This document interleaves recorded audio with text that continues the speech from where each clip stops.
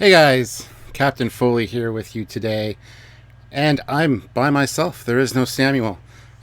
So he's off busy doing things, probably getting drunk. He's going out with some friends, so that's fine. I mean, everybody needs a break. I personally need a break. I feel like crap today. My throat's been really sore. I filmed my captain's log and my Eagle Moss review today, and watching them back, I look haggard. I look tired. My voice is raspy. So anyway, today we're going to be talking about the Federation Class Dreadnought, or just Dreadnoughts, generally speaking. I'm a huge fan of Dreadnoughts. I know the ship that's on there is not the Dreadnought. That is definitely not. But we will get to that in just a second. So anyway, I just want to welcome you guys. Hopefully we have a good turnout. Hopefully the moderators are here and everything's going to go well. See, without Samuel, I'm on time, like bang on time. So there's Jeff Jacobs there. So guys, I don't know how long this one's going to be. It depends how much of a conversation we get into. If you guys want me to talk about anything specifically, by all means, feel free to say something in the chat or send a super chat. Super chats are always welcome, and we're going to see what kind of turnout we get today. It is an hour early, so I don't know how that's going to affect things. I'll probably go for an hour or so. I don't think I'll do the full 2 hours unless the chat's going really well and is really lively.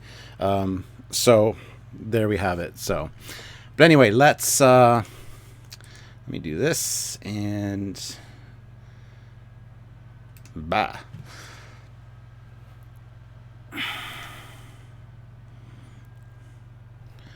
So yeah, we're just going to take a look at some pictures of the Federation class and just Dreadnoughts in general, and just have a brief discussion. You probably need some decent sleep, Stuart. I was really tired all day today, and I've been feeling off the past 2 days, and today's been no different. So I think I'm getting sick. I don't know, but Joseph Petrick is here. €2. Is it the ship from Into Darkness? LOL. Hi, Captain. No, that is called a dreadnought, but that is an abomination and just pure evil. So no, I would not consider that a dreadnought. But anyway, yeah, so this is the Uss Confederation, which is a Federation Class Dreadnought. It is the model that I use, or that Samuel used to do one of my intros for my channel, with the whole, these are the adventures of Captain Foley, or Space, the Final Frontier. These are the adventures of Captain Foley, yeah. So, but no, I've been a huge fan of the Federation Class Dreadnought ever since the days of the Franz Joseph Technical Manual. Here, of course, we have the ship here. Why is that not working?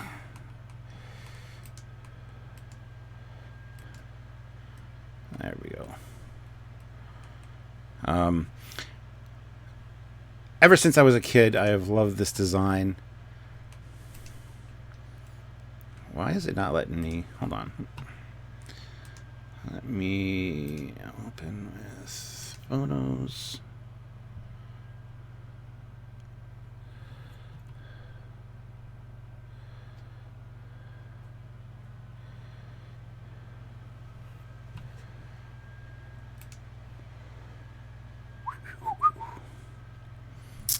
And hopefully the connection should be good. We've added a Wi-Fi extender and stuff to the basement, and things have been good so far. My first reaction videos for Discovery are always done really well, so hopefully this works out on this computer.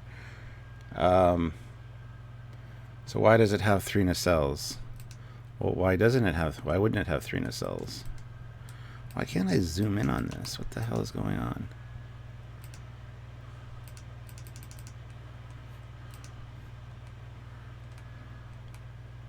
That one I can. can, but this other one I can't. That just makes no sense. All right, so yeah, the deadweight metric tonnage is 285,000 metric tons. Standard range 20 years at light year velocity. Max safe cruising speed is warp 8, and emergency speed is warp 10. So there you have it. Overall length 320 meters. And so yeah, the emergency speed on this is warp 10. That's old scale, of course. And the reason it has 3 nacelles is one's it's for redundancy purposes in case 2 nacelles or 1 nacelle should fail. You can still have line of sight with one of the other nacelles, perhaps. Also, just the 1 nacelle is on hot standby mode. Excuse me. Which, of course, also aids in saucer separation, so you have 2 warp-capable ships.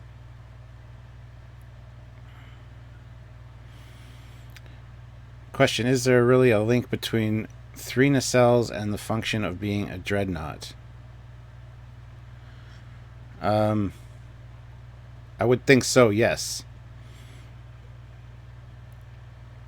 There are battleships, like the Mars class, that has 4 nacelles in some of the lore, but there will be no lizard babies if you do warp 10. No, that's just silliness. Come on now.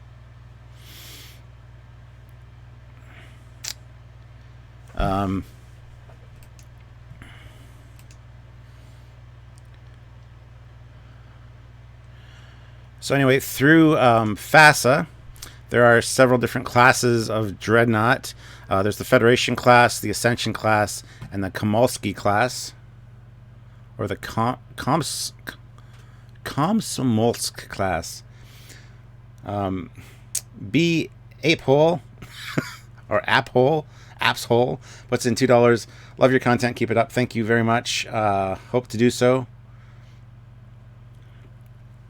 So here we have the different stats for the FASA ships. 13 phaser banks, 4 photon torpedo tubes for the Federation class.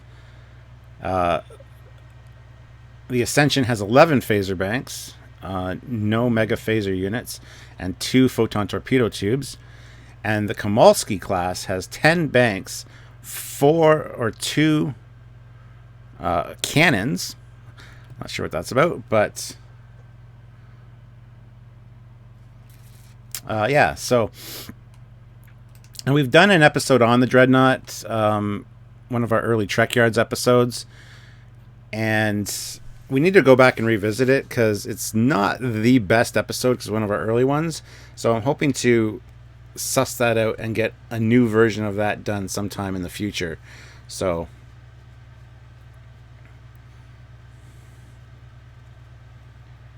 that's correct. Warp 10 in TOS scale is equivalent to Warp 7 in TNG scale. No lizards required. Yes, absolutely. Isn't the third nacelle on top of the saucer section so it can separate and go to warp? Yes, it is. But it also serves the purpose of if one of the other nacelles goes down, they can still maintain a high warp velocity and not be stuck. If you believe in the pairs rule, there can still be line of sight between the side nacelles and the upper one.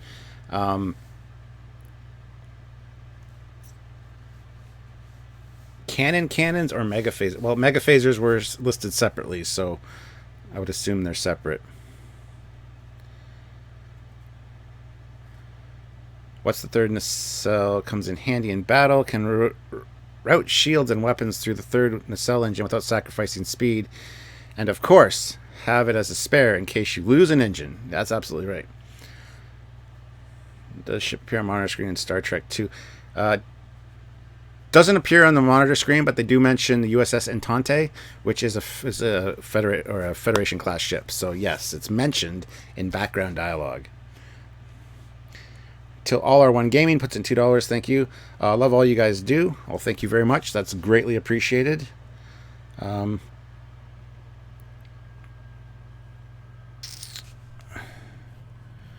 But yeah, here it says the Constitution class ship has been seen service since early 2240s, and with the current service life extension program, are expected to serve the needs of the Federation for at least another 2 decades. We're talking about the Federation class, or the Constitution class now being refitted. Ships of this class feature some of the most storied names in naval history, such as Constitution, Enterprise, Lexington, and Potemkin. Names for this class of vessel are derived from famous ocean-going military naval vessels of the 20th century Earth. I don't know why they're talking about that with the Federation class here, but... And of course, this was the inspiration for the Foley class ship, because as a kid, I always loved the... I will get to... Actually, Super Coops, I will open that right now. There is a... I got a size chart with the Foley class. Let me just find it here.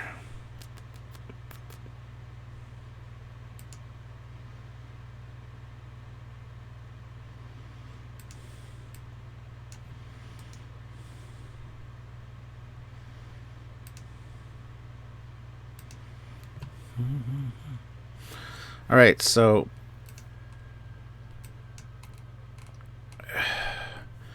there's a size chart that shows the relative size of the Constitution to the Dreadnought. The Dreadnoughts are not much bigger than the Constitution class, despite what you might think. You might think that they'd be a lot larger. The rear deflector is not a deflector. It is a sensor and communications array. Basically, these are designed to be in charge of a fleet operations, and that dish is a powerful dish so that it can communicate real time with Starfleet Command or whatever back home, if you will. So it's not a deflector dish. It's not designed for going backwards. Those were never sensor dishes, or those were never deflector dishes in TOS. They were always sensor dishes. Designed for the sensors and not for the deflector. They were later retconned to be the deflector dishes. So take that for what it's worth. But anyway, so here's the Constitution class and the Federation class size comparison. And if you want the size comparison between the Foley class and the Federation class, there you go. The Foley class is about the same size as the Federation class, but it's a little bit bulkier. It's got a little bit more internal volume. And yeah. Let me just see here. I got to do something real quick. Oh, there we go. All right, so there's the Foley class in comparison to the Federation class as far as size goes, so you guys can get a sense of scale. Roughly about the same length. The Foley class is a little bit longer, but not much. And like I said, the internal volume of the Foley class is much greater.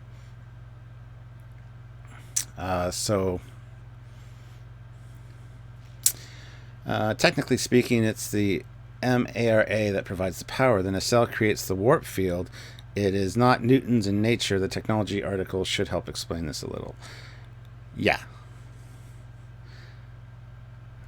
So anyway, so there's the comparison between the Foley class and the Federation class as far as size goes, so you guys get a better feel for things. And if you want the size between the Daedalus class and the Constitution class, that's there as well. So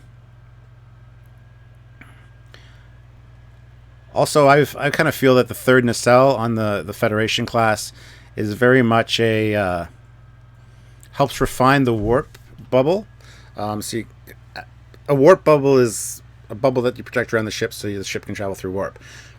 With more nacelles or different computer programs, whatever, you can refine the shape of that warp bubble to get yourself a little bit more speed, make it a little bit more dynamic as far as warp travel goes. So that's another reason that I think the third nacelle is for.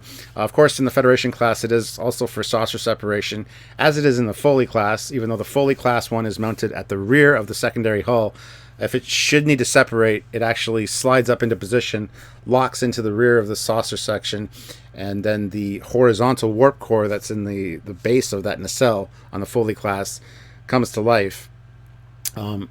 Generally, the Foley class has a T-shaped warp core, and we have a whole technical explanation for how that works, how the saucer separation works, and things like that. So the Foley class, I mean, we might start talking about that because it is my baby and it was inspired by the Federation class, but I want to do a separate video or a captain's log on the Foley class.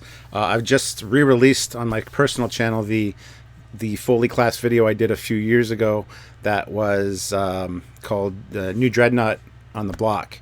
So if you guys want to check that out on my personal channel or even on Trekyards, just type in Foley Class Trekyards in the search thing, you'll find it, and give that video a watch. But there's been a lot of work done to the Foley class since that video was done. So there you go. So let's close this one. Go back here. So the Federation class blueprints, I do have a set of these blueprints upstairs.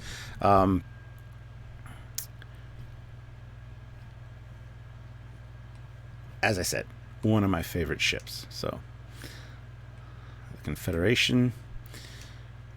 Now, a lot of people, when I put the post on the Facebook page about the Dreadnought, a lot of people say, yeah, I read that book. I'm glad somebody else remembers it. That book, Dreadnought, is actually about the USS Star Empire, which is a new designed dreadnought with like Excelsior style in the cells and not a round saucer. It's actually got like a kind of cut off saucer section. So it's totally different. Have you thought up full deck plans for the Foley class? Pretty much. The deck plans are well underway. The Foley class is coming along good. We'll probably end this out after we look at these things about the Federation class with the Foley class conversation and show you some details and things from that. So if you guys are interested, of course. So this is the Entente. This is the one that's mentioned in the motion picture as a background piece.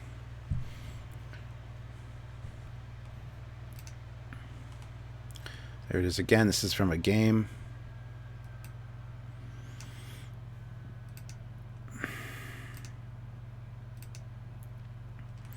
That's a cool picture. Looks like they're trailing plasma, though. Looks like they're damaged.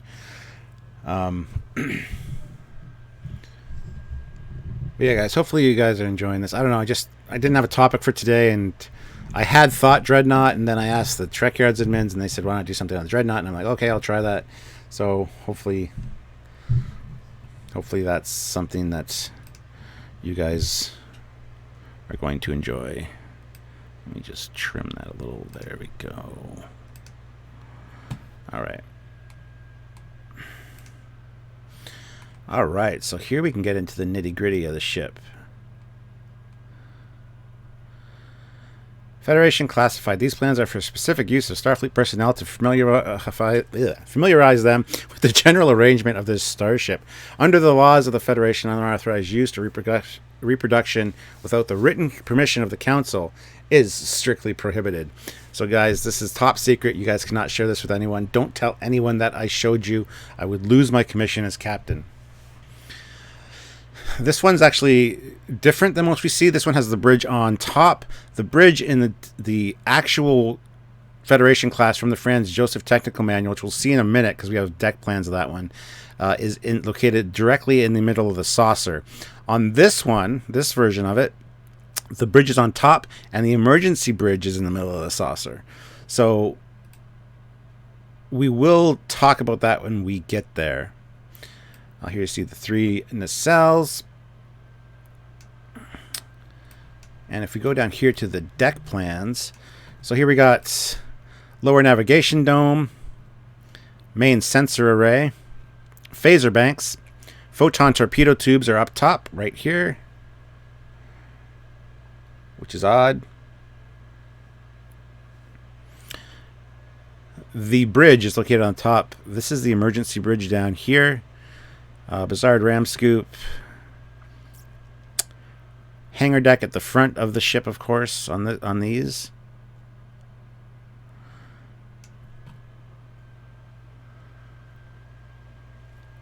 Explosive bolts for saucer separation there. Main engineering's down here. And secondary engineering is up here connected to the impulse deck as well, which would be fit for this third nacelle. It's great to have you with us. Please don't forget to hit the... Oh, yes.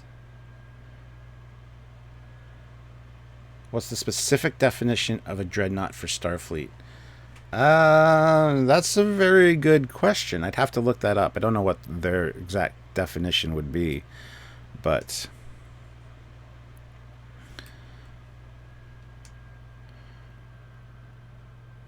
Anyway, this is a really good cutaway. However, it doesn't represent the Franz Josef one very well.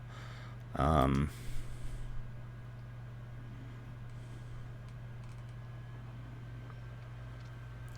we're going to get to that in just a second. Here is the Ascension Class Dreadnought, which is one of the refit dreadnoughts. This has the pylons located on the bottom of the secondary hull, which is very similar to the way those Foleys are mounted. But it has a much thicker dorsal connection here to the neck and a thicker neck overall. The Ascension class is also one of my favorites. The Federation class refit has the nacelle struts coming straight out the side of the secondary hull and not mounted on the bottom there. So this one, of course, does not have a shuttle bay at the front like the Federation class. This one has your deflector systems and your torpedo tubes there, and it has the hangar deck at the back, as you can see here. It's interesting that it seems to use the same impulse drive as the Connie, possibly makes them sluggish at sublight. Well, they're about the same size, as I said. A little bit heavier, obviously, but yes, they are not very maneuverable at sublight speeds. Hey, Cap, does the complexity of the moving of the third nacelle during saucer separation concern it as an Achilles heel? Of the Foley class? A little bit. A little bit. That's why there's a Mark 1, a Mark 2, and a Mark 3 design of the Foley class, because it's that improvement over time that we see. But we'll get into the Foley class at some point soon. But there are different configurations for the Foley class, 3 different experimental models. There's the Ascension again. Oh, the Belisarius. That's a totally different beast altogether. This thing's brutal. But we're not talking about that right now. We'll go to the next thing. There's a beautiful shot of the ship. I'm going with common sense and what was seen on screen and shown on episodes and movies. Not super interested in creative backbending retconning. Okay, Dale, that's fine. I love doing this kind of thing. This retconning, this expanded universe of Franz Josef and all the novels and things. I love getting into this and fitting all this stuff in, because the fleet should be bigger than what we see on screen, for sure.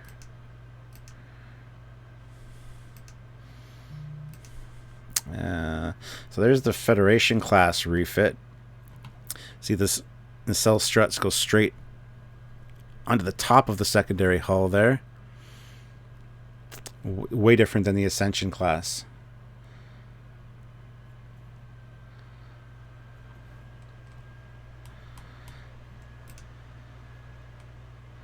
And there's a better shot of it for sure. You get to see the straight out the top pylons. Got 3 torpedo tubes there. More phaser turrets around this saucer. And these Federation classes have again moved the hangar bay to the back of the ship and kept the front as the navigational deflector. So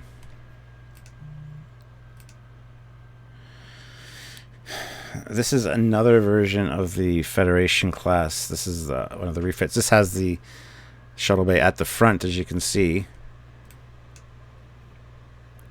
which I'm not a fan of this one. It's kind of a funky design. I think this is a FASA one, isn't it? No, it's not. But it's got the rear sensor package again. And it's also got rear photon torpedo tubes. See, the torpedo deck is is very substantial right there.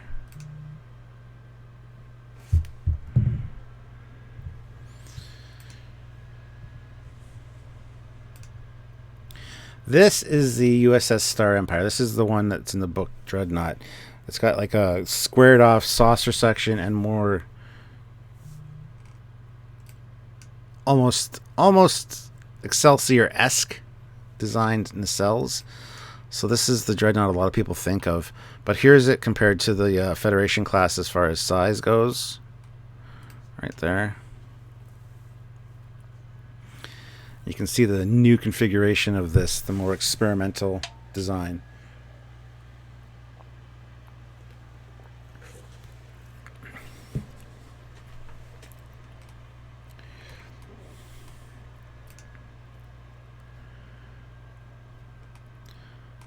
Which one's this? USS, this is a Star League as well, but a reimagined one with regular struts. People get creative with the Dreadnoughts, which I really like. That's why I needed mine to be different when I designed it. A Mirror Universe one. That's kind of kick-ass. Look at this on the bottom there. Here is the a different version of the Ascension class with the pylon mounted a little further back and not as up top. Again, I really like this. I like the three nacelle look of ships. I wish that there were more three nacelled ships in Trek, to be fair. Yeah, Dan, I don't like the hexagon shape either on the Star League. I think it's kind of silly. But there's one with the experimental engines. I can't remember the type they are offhand.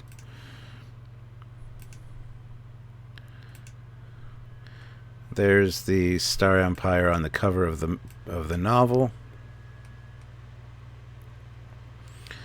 It's not an attractive ship. This one is, I'm not a fan.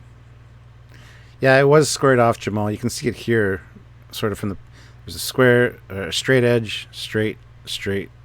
Have to read the description of the ship.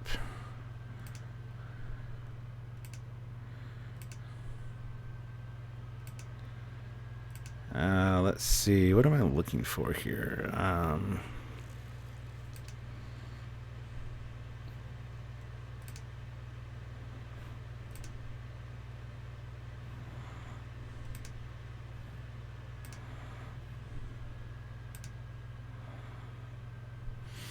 So here's the configuration as proposed. The third nacelle is just a standard nacelle, basically mounted up top there. But when they actually went to production on the Foley class, the Federation class, they made a new nacelle that had the chiller grills at the top.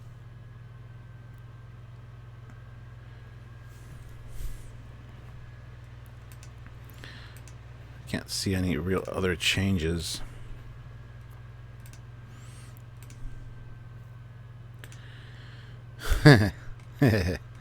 So here's some. So there's the refit Federation class there. The TOS Federation class.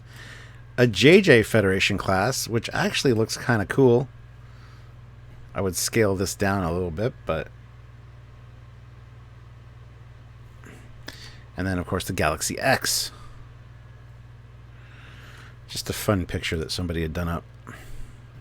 There it is with Kelvin type engines. Kelvinverse. So here's the main sensor suite. Different communications arrays.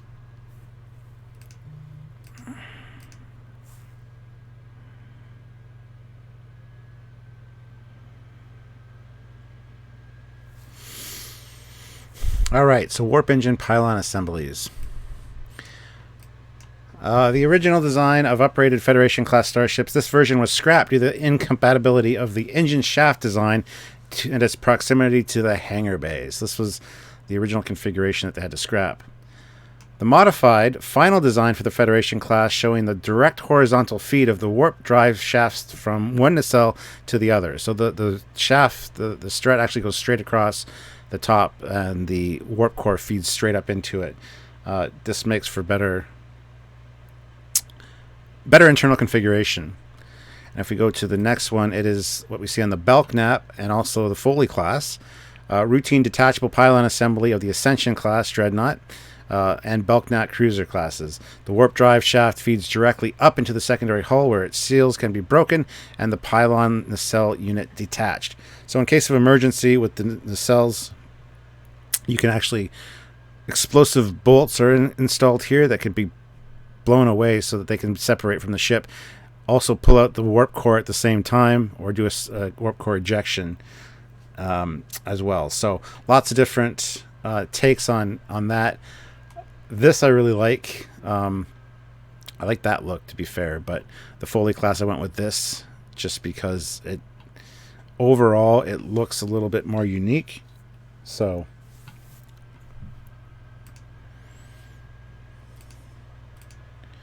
where is the other cutaway that I'm looking for?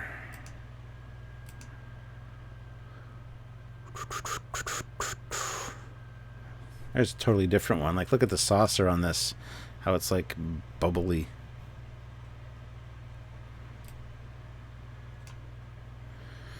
Didn't realize I had so many different Dreadnought pictures.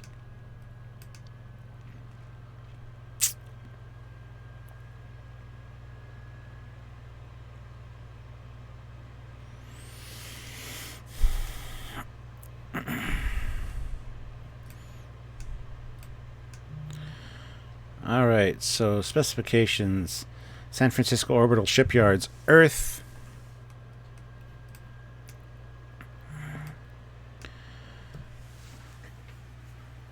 Three PB-47 tritaic dilithium conversion circumferential warp drive engines, Impulse 4 SBG subatomic unified energy impulse drive engines, maximum speed warp 10, which is old warp scale, cruising speed of warp 8, 285,000 metric tons, length 320.8 meters, armaments 5, type 7 twin phaser banks, 2 Mark 12 photon torpedo launchers, crew of 500, embarkment craft 6, type F shuttlecraft, commissioned 2266. So the first year of TOS is when these were commissioned.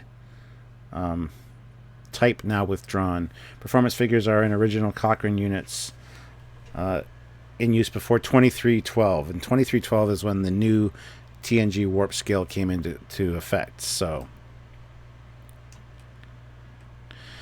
notes: the Federation class starship was a Mark 10 Class 1 dreadnought built in the middle of the 23rd century. This three-nacelled starship is similar in styling to the Constitution class heavy cruiser, although built to an enlarged specification, featuring an unuseful arrangement of fore and aft mounted deflector dishes and 3 warp nacelles, one of which was mounted atop the primary hull, which was an emergency saucer in an emergency saucer separation, the primary hull would remain warp capable. The warp engines were arranged in a stepped fashion, the dorsal engine balancing the warp field, which in other cases would have led to an unstable warp-induced wormhole, as we saw in the motion picture. The only time that this class was used in combat was during the brief Romulan or Federation Klingon 4-day war of 2266. Two vessels, the USS Federation NCC 2100 and the USS Affiliation NCC 2108, had penetrated the Klingon border and fought their way to its outer industrial zones. By the time of the Organian intervention, the Federation class was to serve until the early 2320s, when the type was replaced by the newer, larger, and far more capable Excelsior class heavy cruiser. So the Excelsior class was responsible for replacing this thing. That's maybe one of the reasons I'm not a huge fan of the Excelsior class. But there you have that. There it is again, and you get to see that straight across configuration.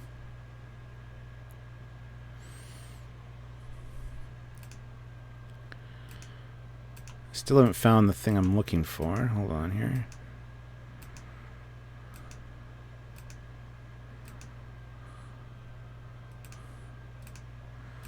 I don't know why that's in there.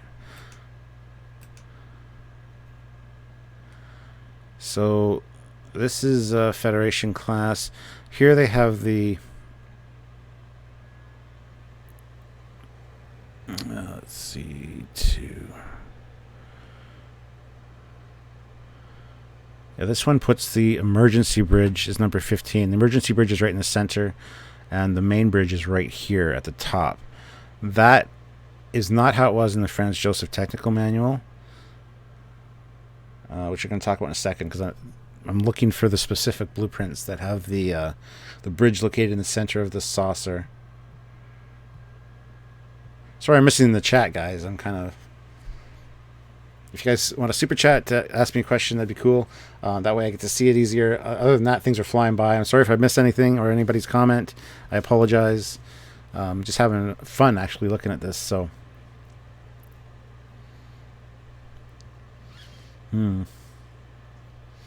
23 plasma transfer conduits.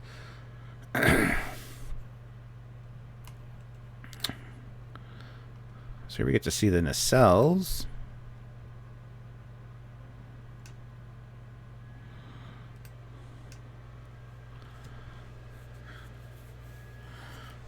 Typical nacelles, there's nothing special about them at all compared to the regular Constitution class ones.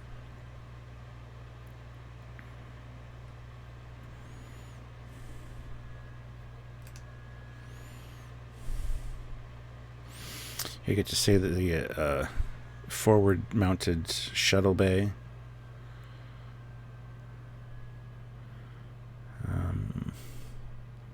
See what this says. 28. Aft deflector scanner assembly. 29. Navigational deflector capacity assembly. I refuse to believe that this rear one is a navigational deflector. Just because they originally were sensor domes or sensor suites, not necessarily deflectors, so it doesn't make sense to have a deflector on the back. I get that question all the time. And the small ones, I guess, on each side are auxiliary navigational deflectors. I don't know why you wouldn't make one, as I did, a communications array, and another one a specific scanner package.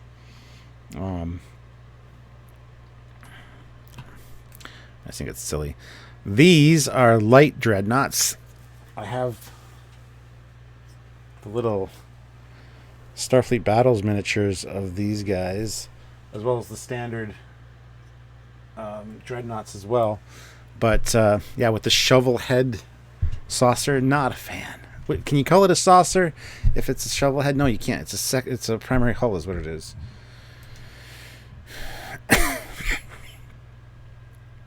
So again, there's the size of the Foley class in comparison to the Federation class. A little bit stouter, and the reason for that is the Foley class is more agile, more maneuverable, and like I said, much more internal configuration. Not as tall of a neck, not as squat, or not as lanky, I guess. That's one of the reasons that the Federation class underperformed, was because of its its design. It just wasn't a fantastic design. That's why the Foley class was done. And like I said, there's the Mark 1, the Mark 2, and the Mark 3, which we will talk about when we get to the Foley class.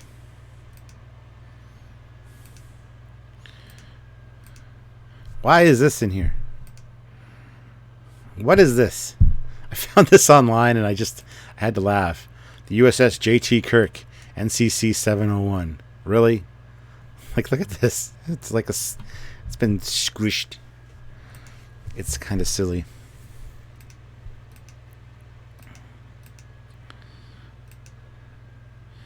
There's a great shot of the shuttle bay.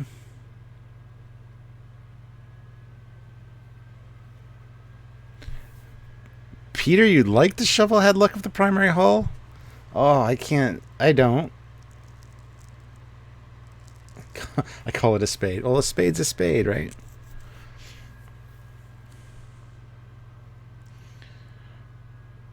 No, not all dreadnoughts have 3 warp nacelles. Absolutely not.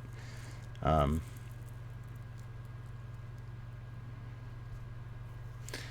and those are sensor arrays, not deflector arrays. At least that's what it said in my old school Trek. Exactly. Exactly. When TOS was around, before it all got retconned with the refit being a deflector dish or deflector array, it was a sensor dish. That's what it was called. It was for scanning. But yeah.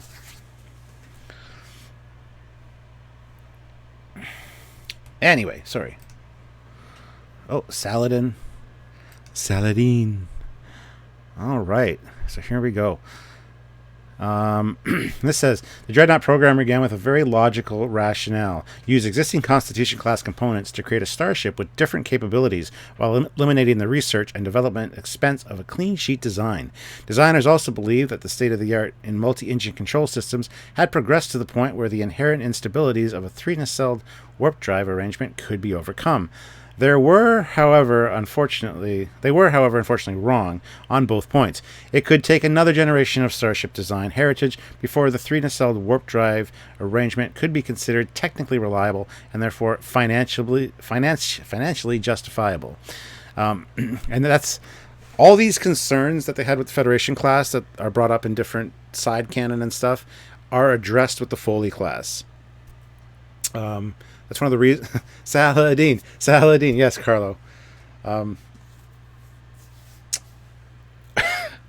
know it's Saladin, not Saladin, but I call it Saladin. I have my whole life. So, anyway, the Foley class development project answers a lot of the issues that the Federation class had, or at least attempted to. And there's a reason that there are only like 3 Foley class ever built. Because it was an experimental ship, essentially. And the reason we never see the Federation class is because it had too many problems with the design. So the Foley class was coming in as a replacement, and then just because of different cost overruns and things like that, the Foley class never made it past like 3 working ships. That's not including the Mark 1, Mark 2, and Mark 3, because there was 3 Mark IIs of the Foley class design or made, and then 1 of the Mark III. And the Mark III was going to be the next big thing, but kind of got sidelined with new technologies and different direction for Starfleet, unfortunately. But that's the Foley class. We're not talking about the Foley class right now.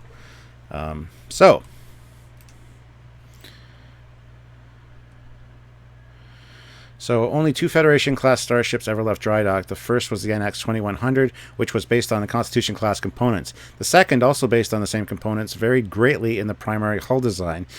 Though using proven hardware, the program cost was rapidly growing out of control, as was the Foley class. In an effort to reduce those costs, the basic design Constitution class primary hull was used, with the only modification being to the 3rd nacelle support structure and plasma distribution systems. Though it showed great promise, a 3-nacelled starship was simply too technically difficult and therefore too expensive to field at the time. After 2 years of testing, the NX 2100 was mothballed and eventually placed in the Fleet Museum. The NX 2101 was disassembled for parts at the conclusion of the testing period, and the program ended just 47 months after its inception. No mention of the Foley class there, guys, but that's because you guys didn't know about it yet. So you can see the different components here. On the left here is the 2100. This is the Federation class with the bridge module in the middle of the saucer. This is the 2101, which had the Constitution class bridge module, so it's on the top. I do like that lineage, that design aspect. I think that's cool. Resource costs, yes. And just different political things going on behind the scenes with contractors and things like that. So,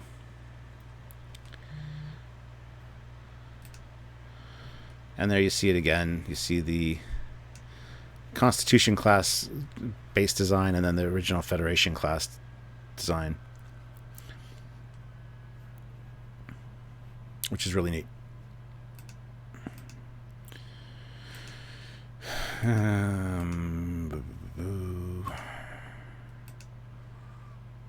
Where? Look, it's an Excelsior Dreadnought.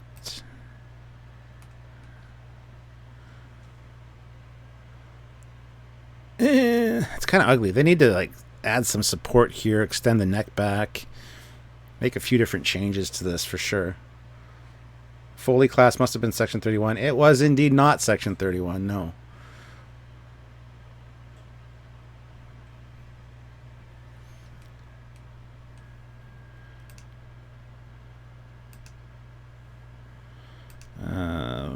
Okay. Dun dun dun. From one of the comics, there's the Federation.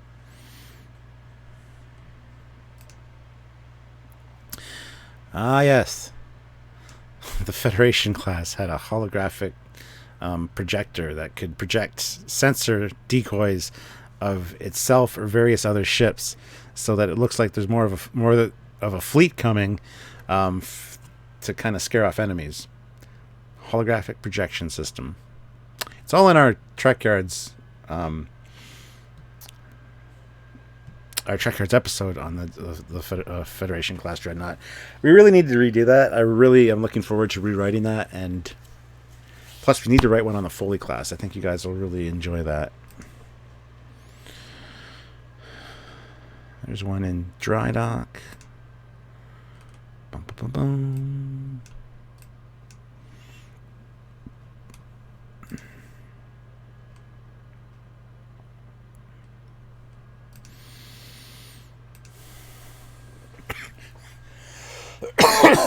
Oh. All right, so here's the more Franz Josephy original designs. There's some of the ship names: affiliation, alliance, association. You can read them. The Star League, Star System, Star Union, Star Empire. It's like, wow.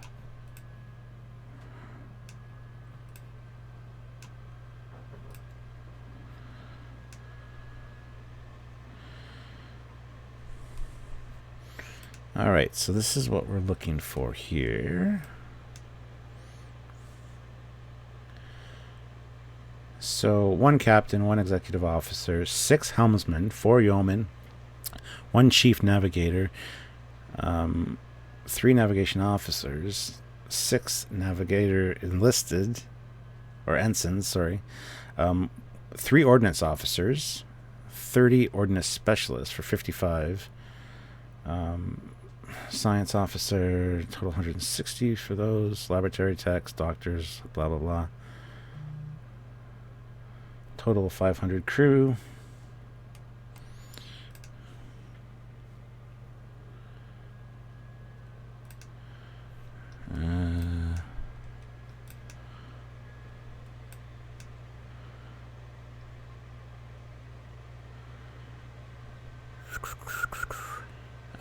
Let's see. These plans are for formalized only. Except when berthed, the starship is completely manned at all times. For this purpose, the ship's complement is divided into 3 watches. Normal duty is 8 hours on watch and 16 hours off duty. On yellow alert, the second watch is activated, and then red alert, all watches are at battle stations. The primary hull is separable from the secondary hull. When separated, each unit is fully capable of independent operation. When the primary hull is employed as a space lifeboat, it is capable of supporting the entire ship's complement. If the secondary hull must be used as a space lifeboat, it is capable of supporting the entire ship's complement under emergency conditions. The Dreadnought class starship has permanent staterooms which will accommodate 530 persons. This permits it to normally carry 30 supercargo in addition to the standard ship's complement. There's a turbo elevator car for every elevator station. When the car leaves a particular station, the computer places the car with another one. All decks are accessible by turbo elevator cars, and gangways, all sensitive and inhabited areas, have secondary means of access and exit.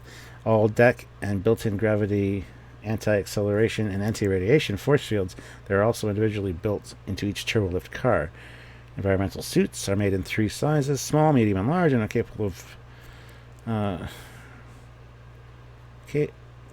of reasonable adjustment. They are bulk stored in various strategic locations throughout the ship. The Deck 11 airlock has lockers equipped with environmental spacesuits in small, medium, and large. The aft sensor deck on Deck 7 is used primarily when the primary hull is detached from the secondary hull. And now you know. All right, so here we go. So this shows upper sensor dome platform. Here is the bridge. Here's the main bridge right here in the center. I don't know how you can see my mouse. Here's the emergency bridge. Now there's another bridge. Yeah, just like in the original plans for the Constitution class, there's another emergency bridge right behind the front sensor suite, so sensor package.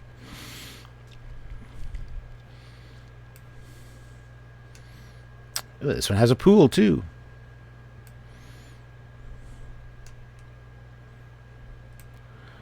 So yeah, this one, yeah, the bridge is, and it handles the issue that a lot of people have with the bridge being on top of the ship, being a weak spot or a target. This one nestles it right in the middle of the secondary or the primary hull, which is fantastic. So that's really cool. The emergency bridge being back there, I mean, it's very close by, but it's interesting. It's interesting. And knowing is half the battle. That's right. So what does this say here? General notes. The only...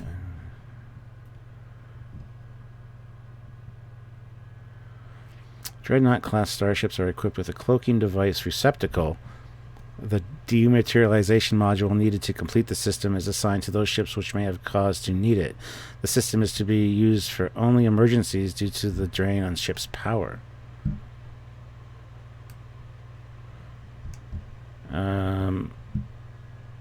The bridge, emergency bridge, and secondary hull bridge are equipped with seats that have motion restraint armrests.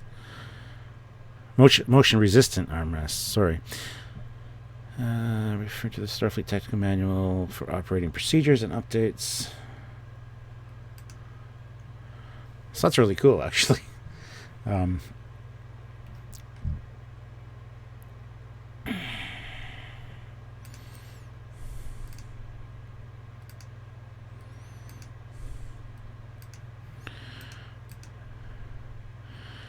Yeah, so we're kind of at the end of the thing here, so...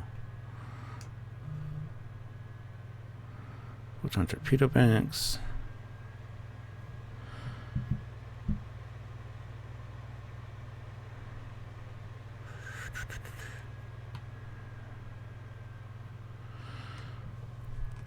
So anyway, yeah, that's the Federation class kind of story.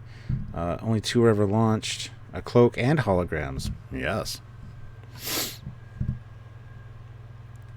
Well, considering it was commissioned in 2266, the first year of TOS, and then by the 3rd year, the Federation is stealing the new advanced Romulan cloak in the Enterprise incident. They thought they might be able to incorporate it. This thing was commissioned in 2266, so still being built at the time that happened. So they were probably thinking, why not have the ability to just copy this cloaking device and patch it in with the deflector grid on the ship, would be my guess. The Discovery version of this would be utterly nauseating to ride a turbolift on. Right?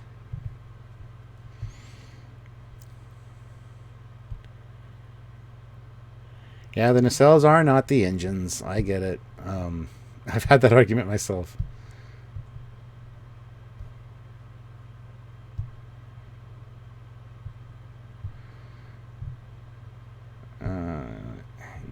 You will likely repose. Yeah, so I don't know. What do you guys think about the whole cloaking device and holographic projectors? And this thing is super cool. It would have been cool to actually see it kind of come to life. I need to see one at some point. I would love to see one on the big screen. I'd love to be able to get one of these in Star Trek Online. You know? Or the Foley Class, for that matter. The Foley Class is awesome.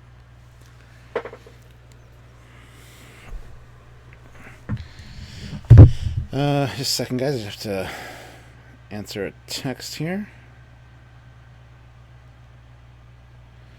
All right, there we go. So you guys want to see the Foley Class? Anyone? Because we've been 54 minutes. I knew it'd be about an hour for this thing.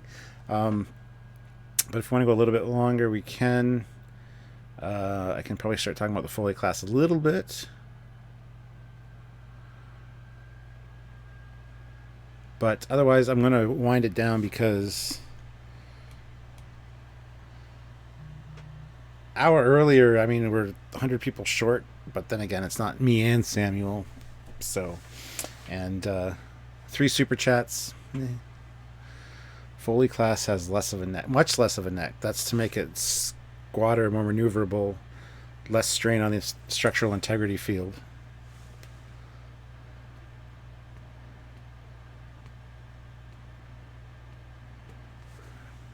Sure, why not? Foley Class, yes. All right. Here we go. I don't have all the pictures for the Foley Class on here at the moment, but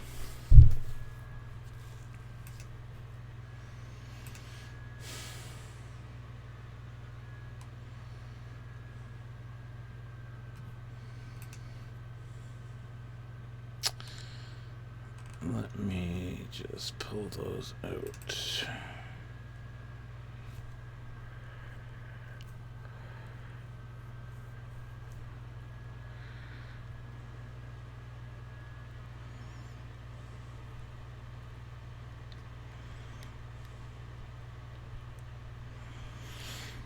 All right, I can kind of quickly go through the Foley design process here with you guys.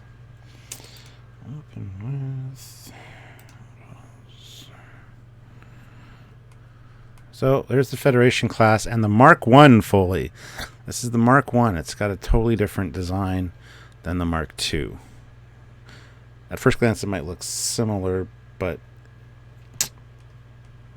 it's only similar. This was the early prototype version of the Foley Class. Totally different monster altogether. So this is the first one. This is the early prototype version. This was the Mark I. This is what. I'll zoom in here. Sorry. This one is the one that became the Mark I. This is the finalized version that we came up with. Look, at early it said USS Stuart Foley because we didn't have a name for it, and 1974, my birth year. Like, really? But this was the original one. We had wanted to fly through Hangar Bay and a strongback. So it went from this to this, and I think it very rightly so. Joseph Petrick. Oh. Ian Warrender puts in £2. Thank you for the insight, Captain. Show us the Foley Class. Joseph Petrick puts in €2. I am ship dumb but learning. Contribution 0. JJ First Foley. There is one. There's one made, which you'll see in here. So. Let's see. We'll. So here's the finalized Mark II. That's the Mark II version. That's the final version of the ship, which is what my resin model is based on, as you can see here. So there's a resin model kit of the Foley available if you guys are interested. Please email us at trekyards@hotmail.com and just put in the title on the subject line Foley Class interested, or Foley Class model. So that's the Mark II there. That's the final version, if you will, of the ship. There's the bottom of it.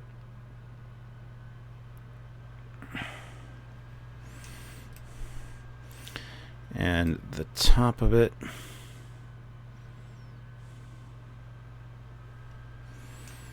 And the front and the back.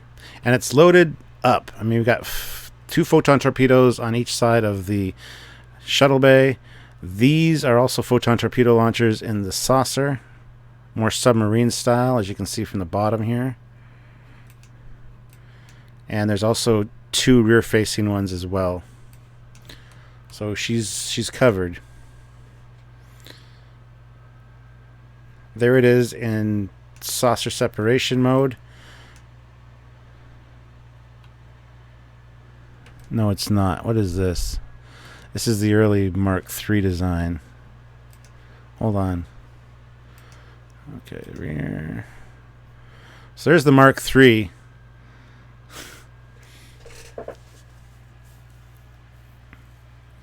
So that's the NCX 2174-A. That is the Mark III Foley Class design, with the third nacelle mounted pretty much where the Federation classes is. Let me go back to the chat here. Hold on a second. What is the maximum cruising speed of the Foley class? I haven't worked out the numbers for that yet, so I couldn't tell you. But that's the Mark III. I really like this design. I love this beefed up neck section. I just love everything about this ship. But, man. Got to get a model of this at some point. Is it emergency saucer separation or standard? It is standard on both the Mark III and the Mark II.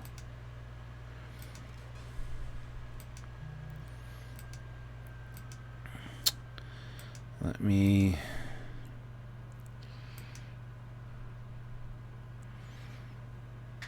You're going to see some technical stuff. The Mark III is a new thing, right? The Mark III is fairly new, yes. Not out very long. Okay, how did you lose the Mark II, Captain? Long story. The Mark II is the official Foley class. The Mark III is just something we kind of made up and would be the next evolution. It was in the Foley class. Partially got destroyed and then refitted into the Mark III. And no other Mark IIIs were ever built. But there was 3 Mark IIs built. So, there you go. You're going to see some technical things. We'll maybe talk about a few of them. But super translational emergency drive system. So this is how the saucer separation procedure works. 1. Disengage horizontal warp core from vertical warp core interlock. Close all airlocks, deploy STED braces, and engage tractor field. Power up rail system and call to base position. It starts to slide forward right into the back of the secondary hull. Slides up the rail. You can see there's the warp core port right there.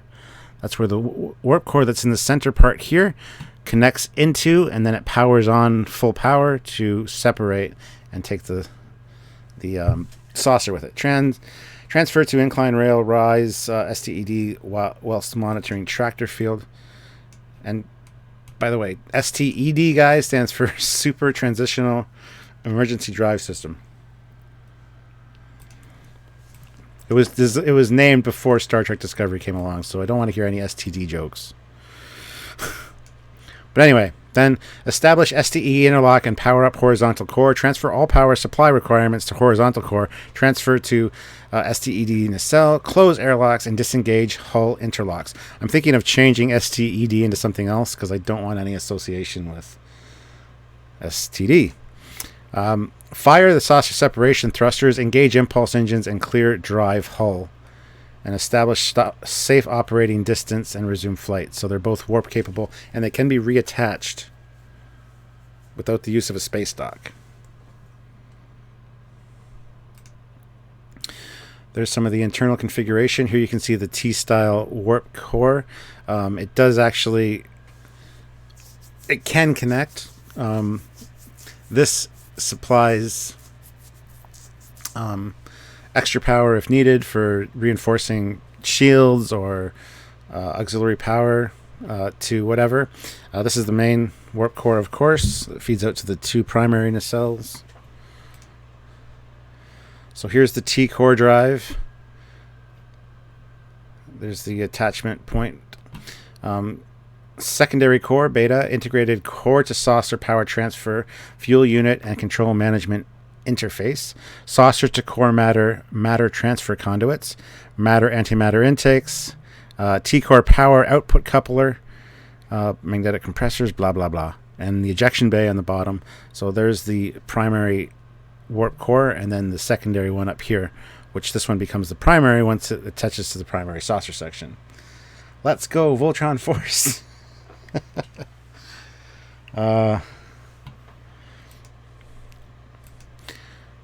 This is that's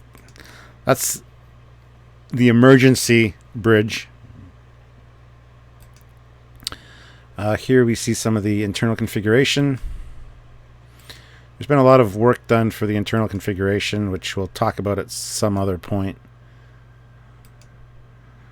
Basically, the whole ship's kind of being designed in 3D.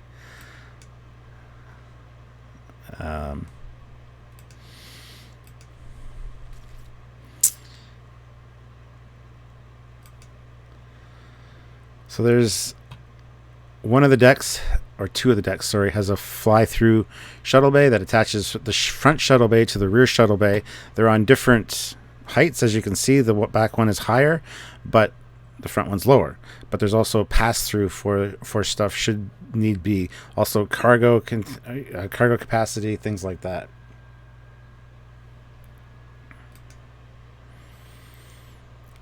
That's the deck above. There again, you can see the pass-through bay right there, and then the different levels. More of the warp core configuration.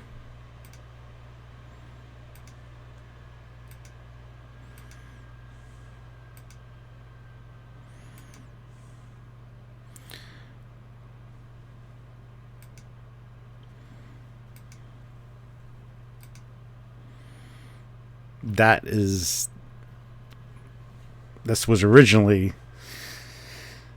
the emergency bridge or auxiliary control, but this was done by Simon Marino for one of his ships. So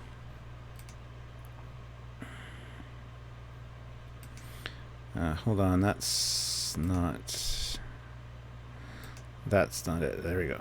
So the USS Foley Class Dreadnought, IO Construction Yards, Jupiter. Strong convictions precede great actions.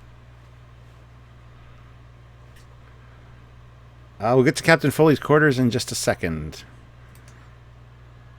So here is the bridge of the Foley class, the main bridge module.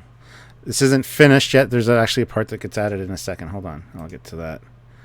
So that's what it looks like looking back. You got the captain's chair with the Trekyards Delta. Condition blue, of course, is for when they're separated.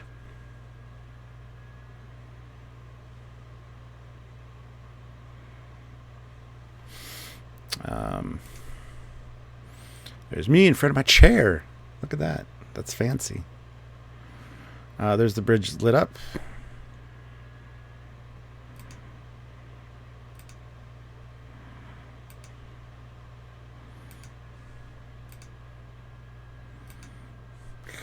All right, so in front of the helm station there is this table, and this is like a situation table. It's got holographic capabilities, but still looks very TOS, as you can see. It was originally just put there, but as we see in a second, I suggested it actually lower into the floor until needed. So it's got that around it. This lowers into the floor unless you need this to talk, because it's a dreadnought. It is designed essentially to be fleet operations, in charge of a task force or a fleet. So if need be, they can pull this up. It can also be used for targeting, things like that. There you can see it in front of the helm station.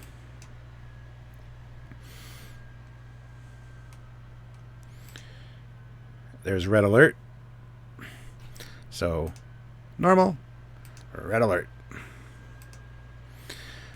And here you can see, we just did this for an example, but it pulls up quick holographic displays of enemy damage, let's say, so the captain can easily see what's going on right in front of him with the view screen directly behind. He can see where the damage is.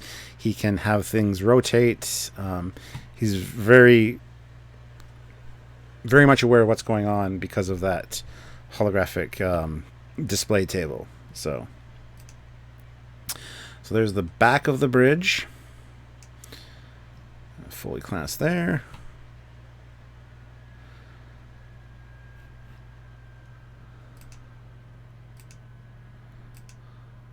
Now there are these stations here as well. These are tactical and security on the other side. Again, used for fleet operations as well.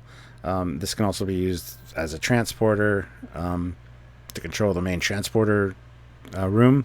So you can transport directly from the bridge if need be. You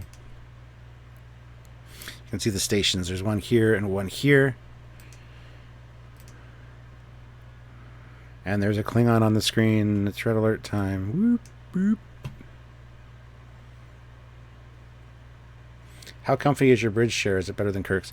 It's about the same as Kirk's. It looks more comfy, though. So.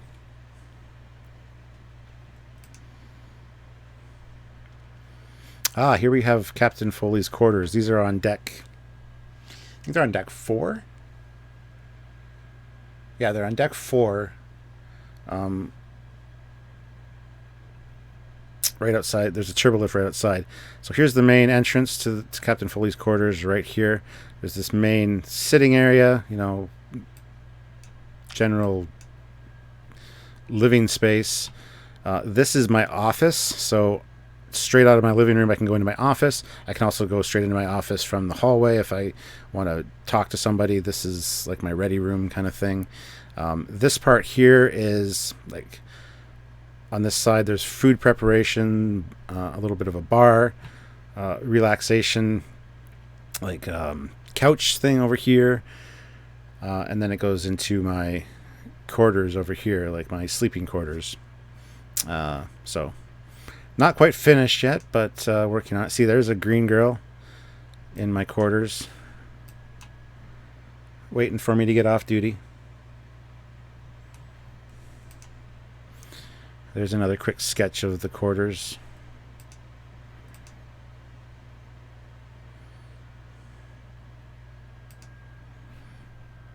So here's like a main computer terminal, replicator thing. And there it is here.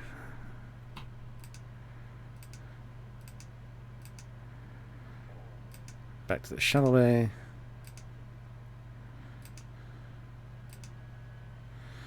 There's the first rough up of the Mark III.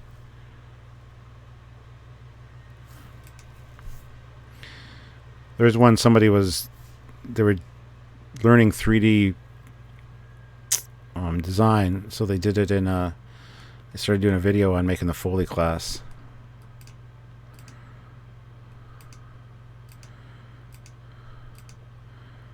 Let's see.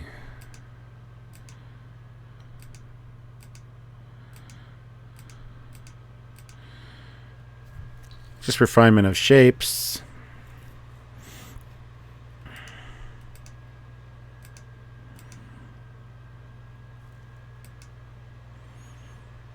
This was cool. This was designed by somebody.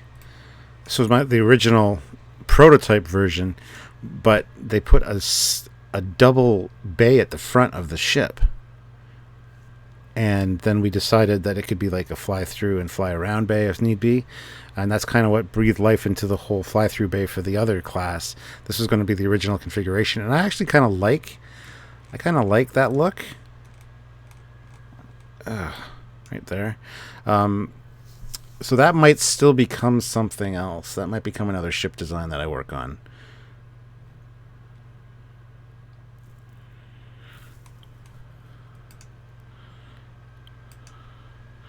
So that's the finalized Mark 1 version.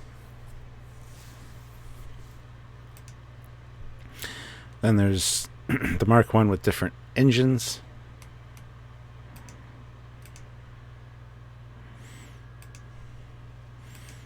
Different design things for the ship division badges.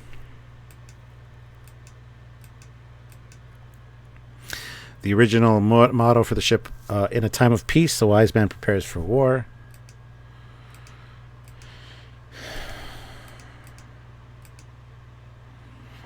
This is from an animation that Samuel made for me with a standard Federation class model. You just put Foley on it.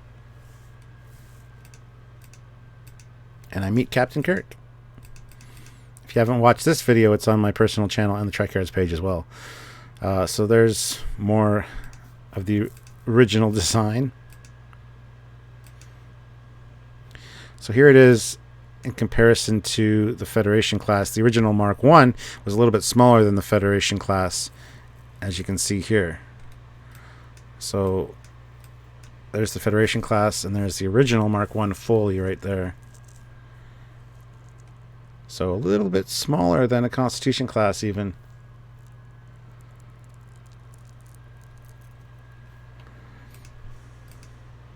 Then the 3D modeling process began. Details added.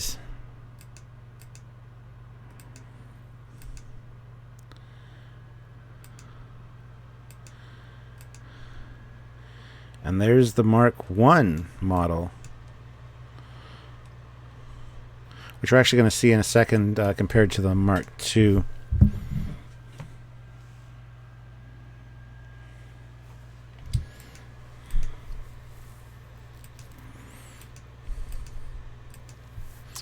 So that's the launch of the Mark 1.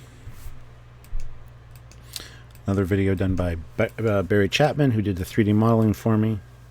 There you go, guys. There is the JJ Prize, or the JJ Verse Foley class right there.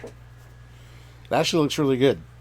I like the profile view of it, but I like the profile of the JJ Prize as well. Directly from the side, it looks fantastic. From the front, these need to be trimmed down a little, I think, size-wise, the nacelles, but what's this? Talk of a promotion?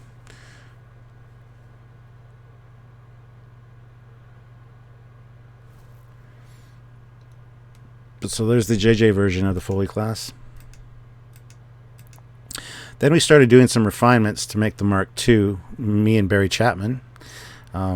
Here was the original connection point. There was like a lattice work, if you will, of like, I don't know what to call it, like a gangway almost. That was what pulled up into the saucer, but then we refined it and see how it went. It goes angled. And then there's the launch. See, there's refining the shapes. There's a secondary deflector up here for when it separates, and then the torpedo tubes.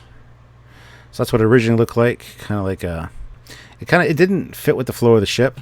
We also tried doing the nacelle struts straight out the secondary hull to see how that would look, and this is how they were originally mounted. But we tried this just to get a feel, and it just doesn't look or feel right. So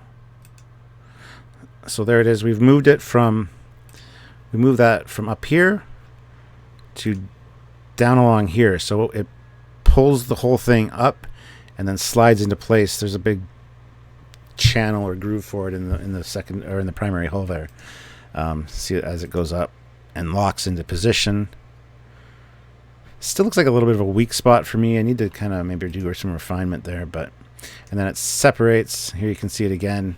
So down in standard configuration, and then up.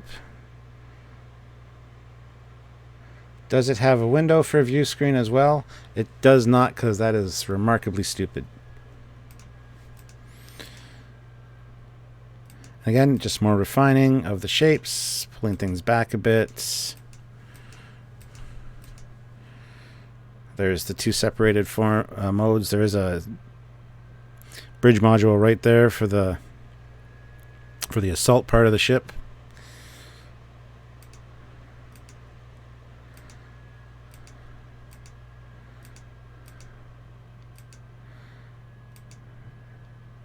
See there, you can see the bridge module right there. So there's the Mark 1 and the Mark 2 side by side. So again, this is the Mark 1. You got 3 torpedo tubes up front here in the saucer and 1 there. And kind of squared off look. And then the Mark 2 has 4 here and 4 here and more of a refined, more Star Trek look.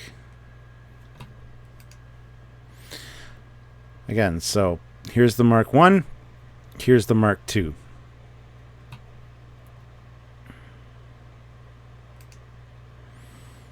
Mark 1 on the top, Mark 2 on the bottom.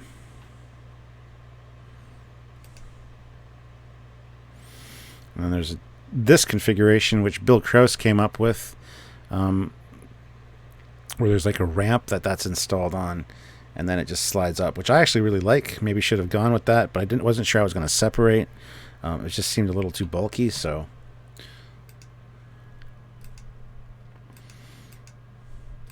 And just some different shots of it. There it is with a Constitution class. For a sense of scale, it's not much bigger.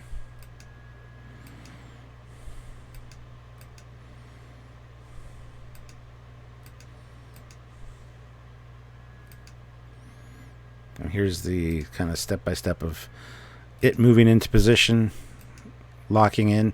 And as it, if you'll notice right here, impulse engines pop up as that passes over them, so that the secondary hull, has impulse engines. They actually pop up from under there, so.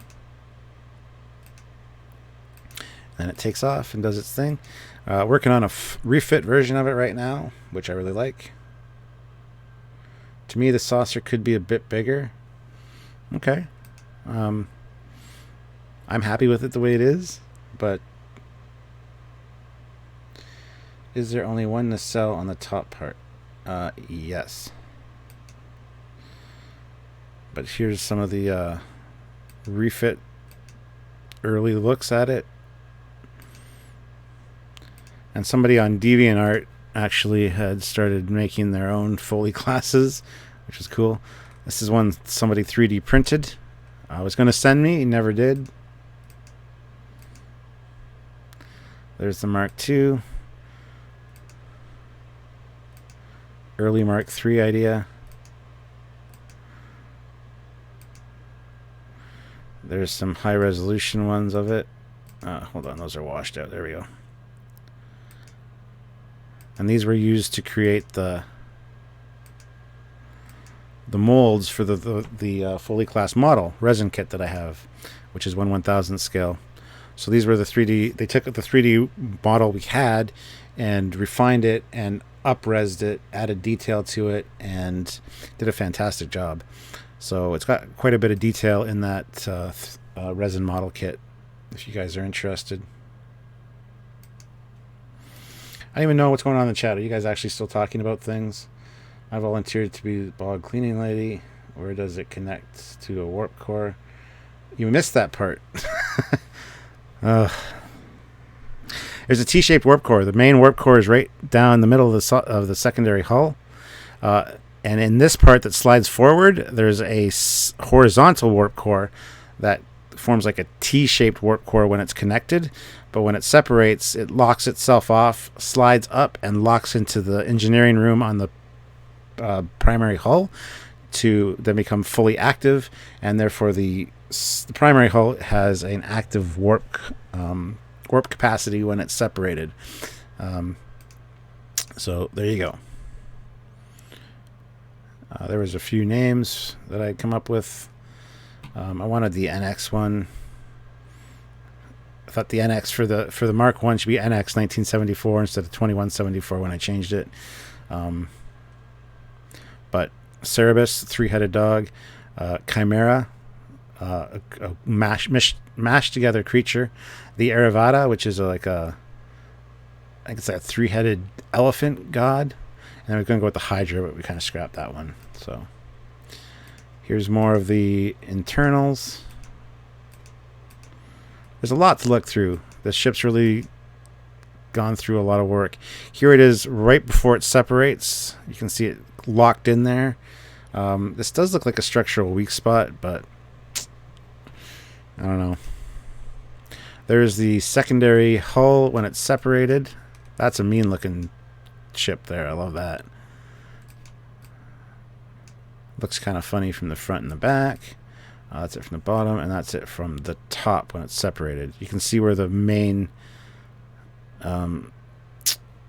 docking port for the third nacelle is on this one.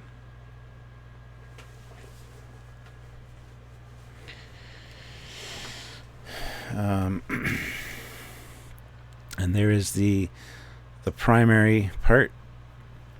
So it's like a reverse Saladin when it's in this configuration.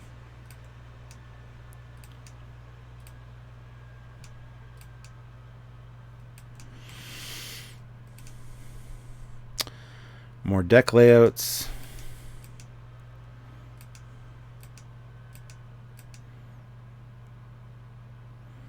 Again, more layouts. Some internals. Emergency bridge.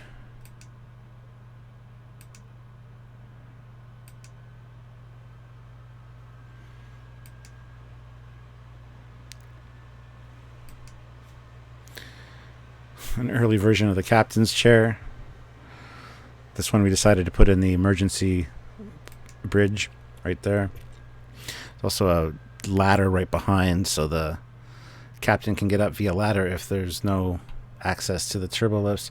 There's actually a ready room right off of the emergency bridge.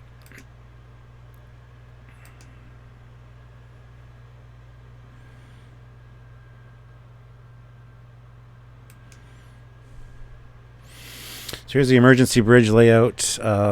Here is the ready room. Here is the conference room. Turbo lifts. Pretty simple. A walkway around the outside of it. Originally, this was designed to be the main bridge, but I absolutely hated it. So we redid the main bridge.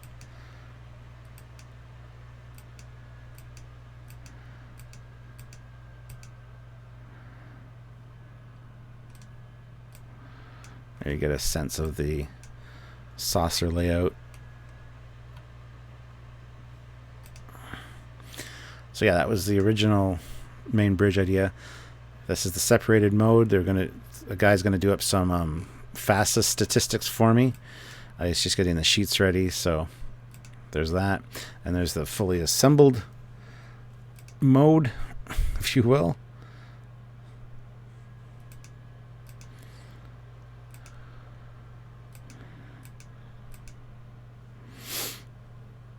So there's some observation decks at the back of the saucer there. Here's where the horizontal warp core connects to when this part slides up and locks in.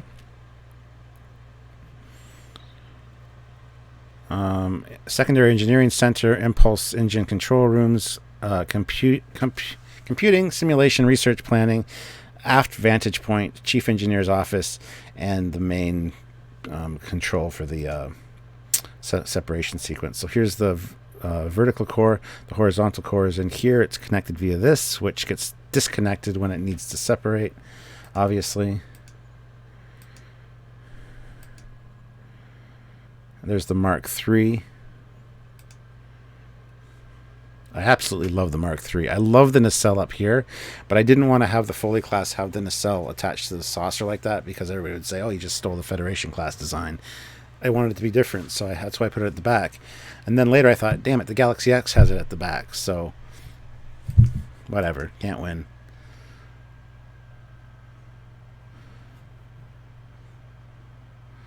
So the NXC 2174A, that is the reborn Mark II with the concerns about the secondary of the movable warp nacelle addressed and configured into this configuration, which I love. I love the Mark III. I think this is a fantastic design. But the Mark II is more unique. So again, just more internals. Here's the resin model kit being made. There's the decals for it. This was the early draft, so they had USS Stuart Foley, which I hated. So it just got changed to USS Foley because it wasn't supposed to be the Stuart Foley. See, I circled it and said no. And there's the actual printed... No, it's not one of the actual... This is still one of the test ones. It's still got Stuart Foley there. But USS Foley. So there's the master. The 3D print master of the saucer, the secondary hull. The rear attachment pylon, the nacelles, a K-7 space station for some reason. There she is in dry dock, the Mark III. My friend Paul put this together. Paul Horn. It's a SSD for the Foley class for Starfleet battles. So I'm going to have to use this at some point to play against my brother. Use the Foley class in that regard. There's another one.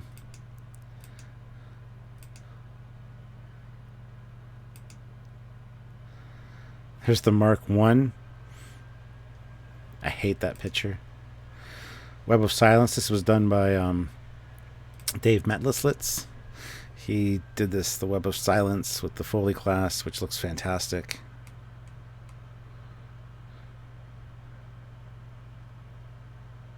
No, the Mark III's nacelle, third nacelle doesn't move.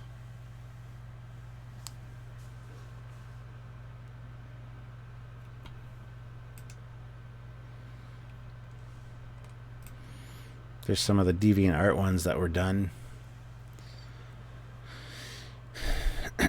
And they're all based on the Mark I design because that's the only one that was out at the time. So this guy took it and ran and added all these other stuff to it, made it a refit version. And it's all of the Mark I design with the big bulkier neck part. It's like, ew. But that's okay. So that's it, guys, for the Foley class. You broke the captain's secret code. What are you talking about?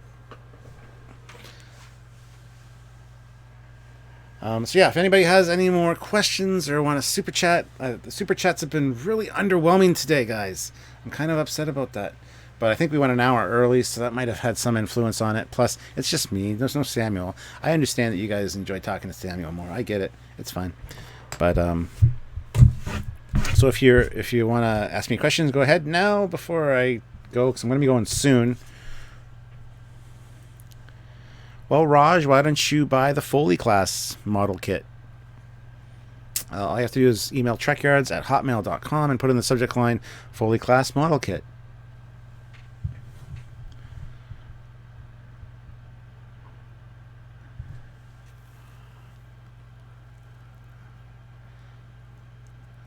The refit on DeviantArt looked nice. Yeah, too bad it was based on the Mark I design. I'm not a fan of the Mark I anymore.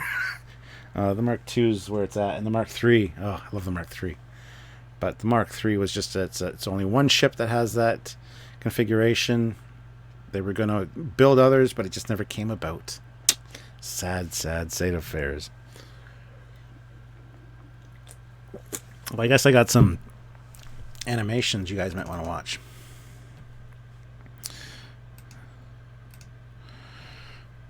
So there's...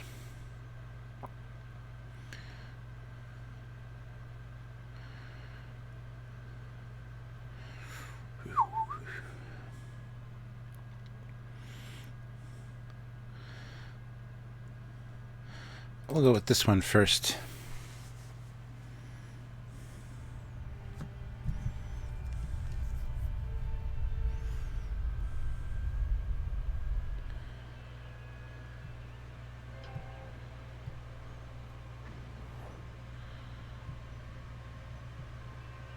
Approaching planet Omega 4, sir. Object ahead. Another vessel in planet orbit, Captain. Magnification factor 3.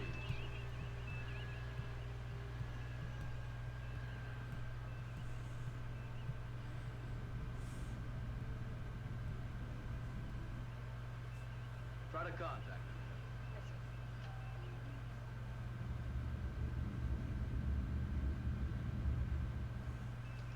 This is Captain James T. Kirk of the Starship Enterprise, representing the Federation of Planets. Foley of the USS Foley. It's a pleasure to meet you, Captain Kirk. Would you care to join me on the station for a few drinks? Will 5 minutes be all right? Sounds perfect. I'll bring some of that vintage Saurian brandy that I've been saving for a special occasion. Good, I'll be looking forward to it. Kirk out. Scotty, you have the con. Aye, sir. Spock, McCoy, we're beaming down. Standard equipment.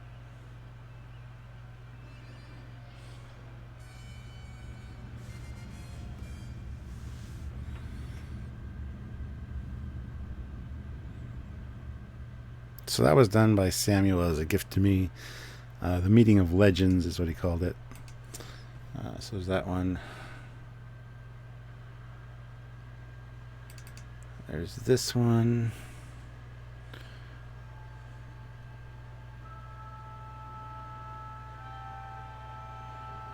The Final Frontier. My name is Captain Foley. And these are my adventures.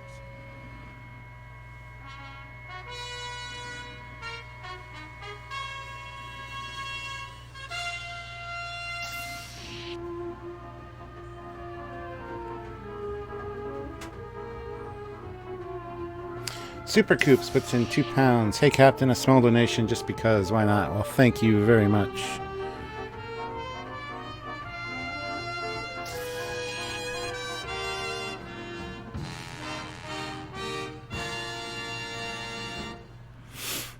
So there's that one as well.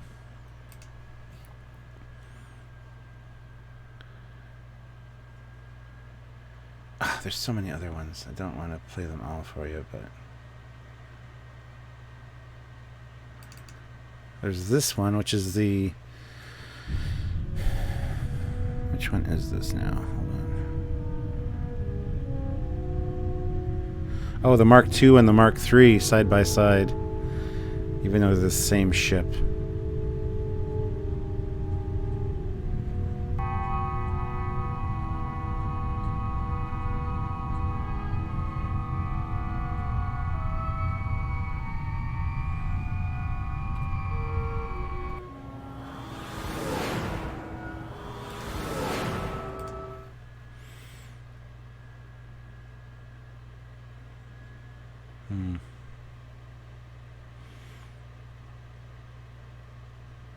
This is a new one done by Barry Chapman. He just sent it to me. I need to edit it. I'm not... Yeah, well, you'll see.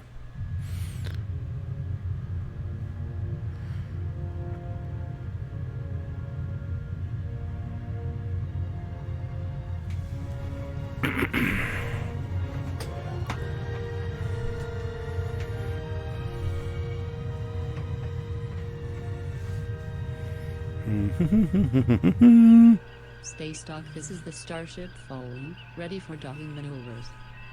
Look at me. I hate it. And it's not even my voice. I need to fix it. And Samuel looks silly too. Systems locked. But Barry just did this as a kind of a early birthday present for me. Affirmative, Foley. Enjoy the ride and welcome home. Foley confirms. Plus we need to update the bridge interiors to the Foley class, but that's okay. It's interesting, for sure. I just gotta like mute it so that I don't get dinged with.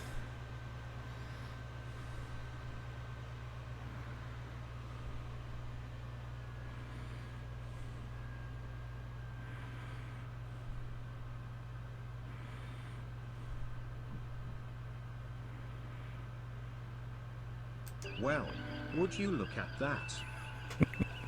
My future. The Enterprise. Back from trial runs. She looks like she is doing warp 7 standing still. And if my grandmother had wheels, she would be a wagon. Come, Mr. Drexler. Young Mr. Trexler. Anyways, this is a new one that I need to kind of work out some kinks with. But it was a nice surprise, nice gift. Didn't expect it, but it's cool to see the ship doing these things. So, let us hear your fake voice. Hey, it's not my voice. Barry did all this on his own. I don't know how he did it, but...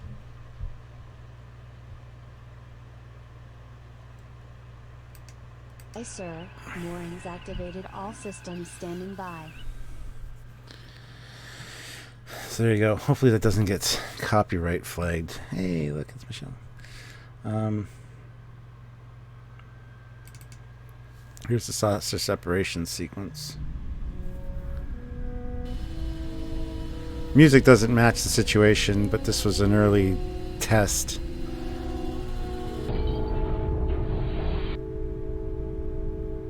There's pops up the impulse engines for the secondary hull, and then detaching.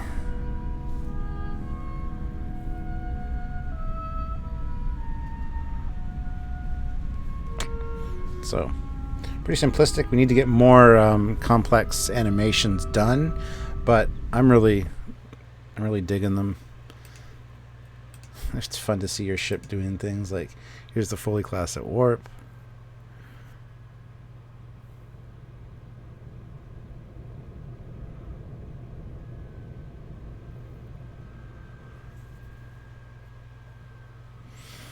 And I got another one.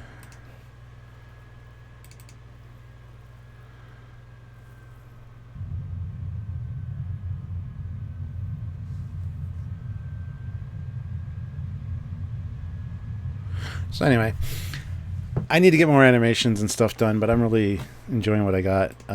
Like I said, we need to do an episode on the Foley Class at some point. That would be fun.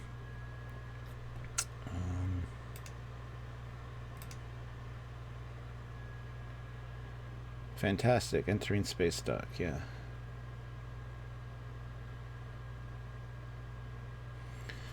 Trekyards, was there ever a 4 nacelle design based on the Constitution class hull? No. There's the Mars class, which is a... I'll show you the Mars class.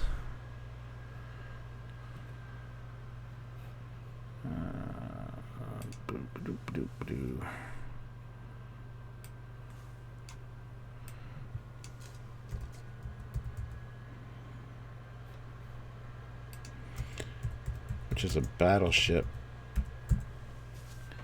but it's not really a Constitution class.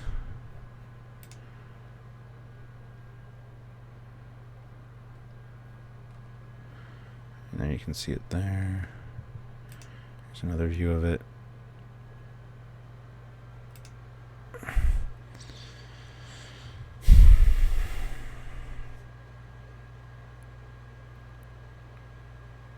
What's Pinterest?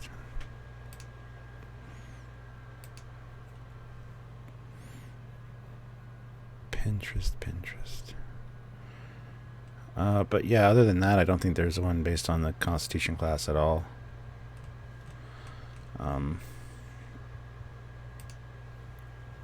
So, can each separate section warp? Yes.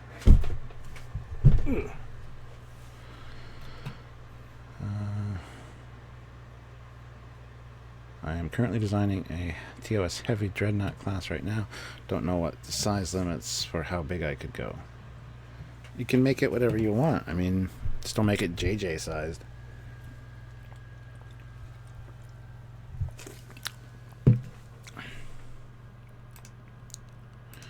So hopefully you guys enjoyed that walkthrough of the Federation class and then the Foley class. Like I said, I will need to do a separate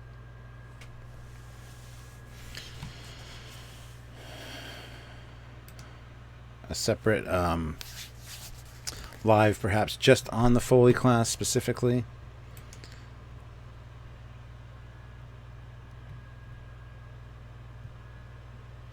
At some point.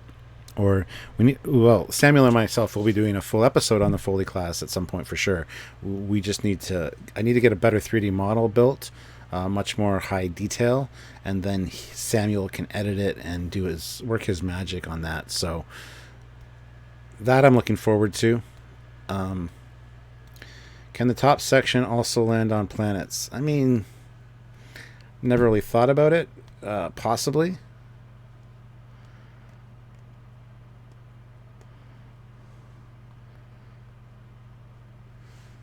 I like the Foley class. Well, thank you, Lulz, the Klingon. The design I came up for a few years ago but never drew, and have nacelles in an X configuration, and I gave the class name the Ronald Reagan class heavy cruiser. That's cool.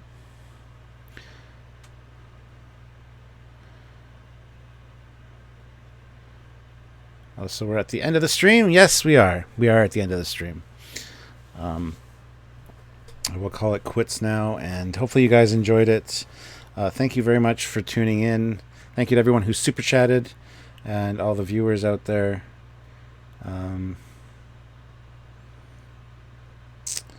The definition of a dreadnought is a ship with long-range capability of a cruiser or explorer with tactical abilities of an escort or destroyer. That's cool. Good to know.